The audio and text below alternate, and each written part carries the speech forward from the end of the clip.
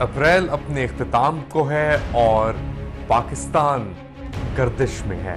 पाकिस्तान को $1 अरब 1.1 अरब डॉलर का जो ट्रांच था IMF प्रोग्राम के थ्रू वो पास हो गया है। गाजा इजराइल को लेकर अमेरिका के अंदर कैंपसेस के ऊपर बहुत ही एहतजाज चल रहे हैं और फैल रहे हैं। खामोश जंग छिड़ी हुई है अदलिया में कि जो कुछ काजी फैज ईसा के साथ हुआ वो सही हुआ और जो कुछ बाबर सत्तार साहब के साथ हो रहा है वो गलत हो रहा है। वजीर आला है टिकटॉक क्वीन, पापा की परी मरियम नवाज शरीफ, वो इंस्पायर हुई भी हैं इंडिया के वजीर आजम नरेंद्र मोदी साहब से। उनके स्लोगन्स भी अब वो इस्तेमाल कर रही हैं। मोदी है तो मुमकिन है, मरियम है तो मुमकिन है। अप्रैल अपने इख्तिताम को है और पाकिस्तान गर्दिश में है। लेट अली शो यू के एक और एपिसोड में आप सबको खुश आमदेद। Please do like, subscribe and share this content. Pakistan को लास्ट जो $1 अरब 1.1 अरब डॉलर का जो ट्रांच था IMF प्रोग्राम के थ्रू वो पास हो गया है। अब जो मेजर एक प्रोग्राम पाकिस्तान को जिसके तहत चलना होगा वो लगेगा जाके आपका समर, गर्मियों के अंदर, बेसिकली चंद माह के अंदर और पैसों की ज़रूरत होगी। पाकिस्तान ने उसके लिए भी अप्लाई कर दिया है, तो उम्मीद है कि जुलाई या अगस्त तक जो बड़ा ट्रांच है, हम बात कर रहे हैं तकरीबन 6 से 7 अरब डॉलर जो पाकिस्तान को मिलेंगे फाइनेंसिंग के IMF के थ्रू, वो आएंगे हमारे पास और शायद इससे थोड़ी आपकी माशी सिचुएशन मुस्बत हो जाए। एक तरफ ये चीज़ हो रही है, बैनुल-अक़वामी सतह पे भी चीज़ें गर्दिश में हैं। गाजा इजराइल को लेकर अमेरिका के अंदर कैंपसेस के ऊपर, जो यूनिवर्सिटीज़ हैं उनके कैंपसेस के ऊपर बहुत ही एहतजाज चल रहे हैं और फैल रहे हैं। कोलंबिया यूनिवर्सिटी न्यूयॉर्क से ये शुरू हुआ, उसके बाद ये फैला ईस्ट कोस्ट के अंदर प्रिंसटन, येल और अब ये पहुंच गया है ऑस्टिन टेक्सास के अंदर। तो वहाँ पे ये सब चीज़ें एक तरफ हो रही हैं। पाकिस्तान में पैसों की ज़रूरत है, IMF प्रोग्राम चल रहा है, मगर इसके साथ साथ एक खामोश जंग छिड़ी हुई है अदलिया में। हम बात कर रहे हैं इस्लामाबाद हाई कोर्ट की, और वहाँ पे जो ये 6 जज साहिबान और इनमें से खातून भी थी, उन्होंने जो एक ख़त लिखा सुप्रीम जुडिशल काउंसिल को, और उसके बाद जो हर चीज़ गर्दिश में आई एक तरीके से, और इस गर्दिश में अब बाबर सत्तार साहब उभर के सामने आ रहे हैं।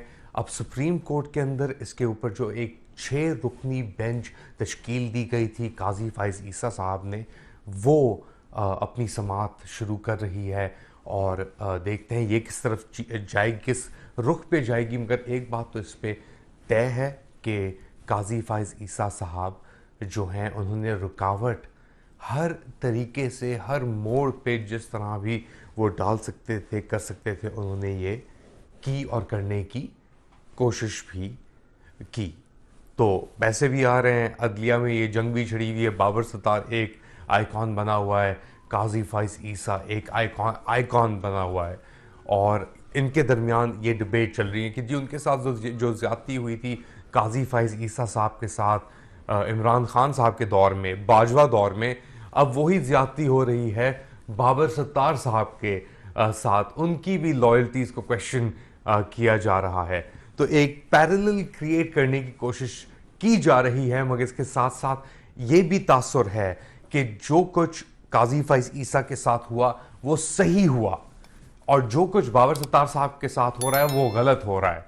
क्योंकि अब जो ये नैरेटिव क्रिएट किया गया है या जो सामने उभर के आ रहा है, काजी फैज ईसा के खिलाफ जो इल्ज़ामात लगे थे, उसने अपने कॉन्डक्ट के साथ as chief justice of Pakistan highest judiciary ये साबित कर दिया कि वो वाकई में एक घिनौना और एक बहुत ही करप्ट इंसान था। और इसकी वजह से आज हम ये देख रहे हैं कि जो निज़ाम है आपका अदलिया का, इंसाफ देने का जो मैकेनिज्म है वो कम्प्लीटली शैटर, टूट चुका है, और उसकी वजह है काजी फैज ईसा। और दूसरी तरफ जो रेजिस्टेंस आ रही है बाबर सत्तार, बाबर सत्तार साहब के बारे में भी ये तासुर है कि वो भी इस्टेब्लिशमेंट के ही हिस्से हैं, कि वो इस ओहदे पे, इस पोजीशन पे इस्टेब्लिशमेंट की एक्विएसेंस के बगैर पहुंच नहीं सकते थे। और उन्होंने और अतर मिन्नतुल्लाह साहब ने हमेशा pro establishment quote and quote decisions और स्टेप्स को सपोर्ट भी किया है।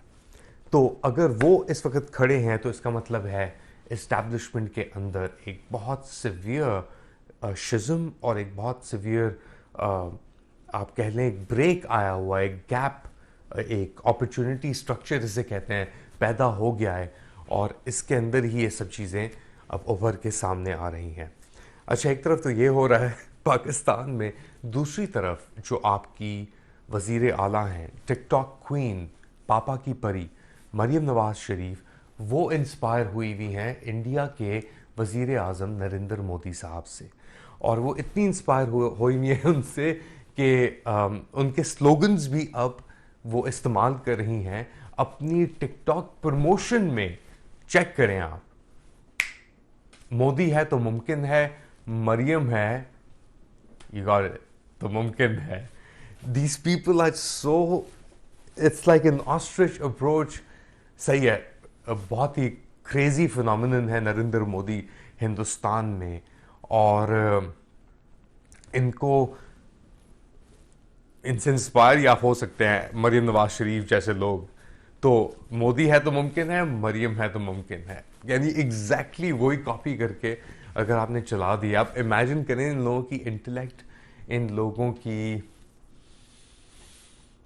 Capacity, it's really shameful, it's kind of disgusting. But खैर एनीवेज, ये यहाँ पे चीज़ें हैं। इस वक्त पाकिस्तान में बहुत कुछ हो रहा है, बहुत हलचल है, एक एनार्की सी महसूस हो रही है फ़िज़ा में।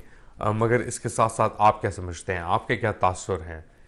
Please do right in the comment section and do like, subscribe and share this content. अपना ख्याल रखिएगा। अल्लाह हाफ़िज़।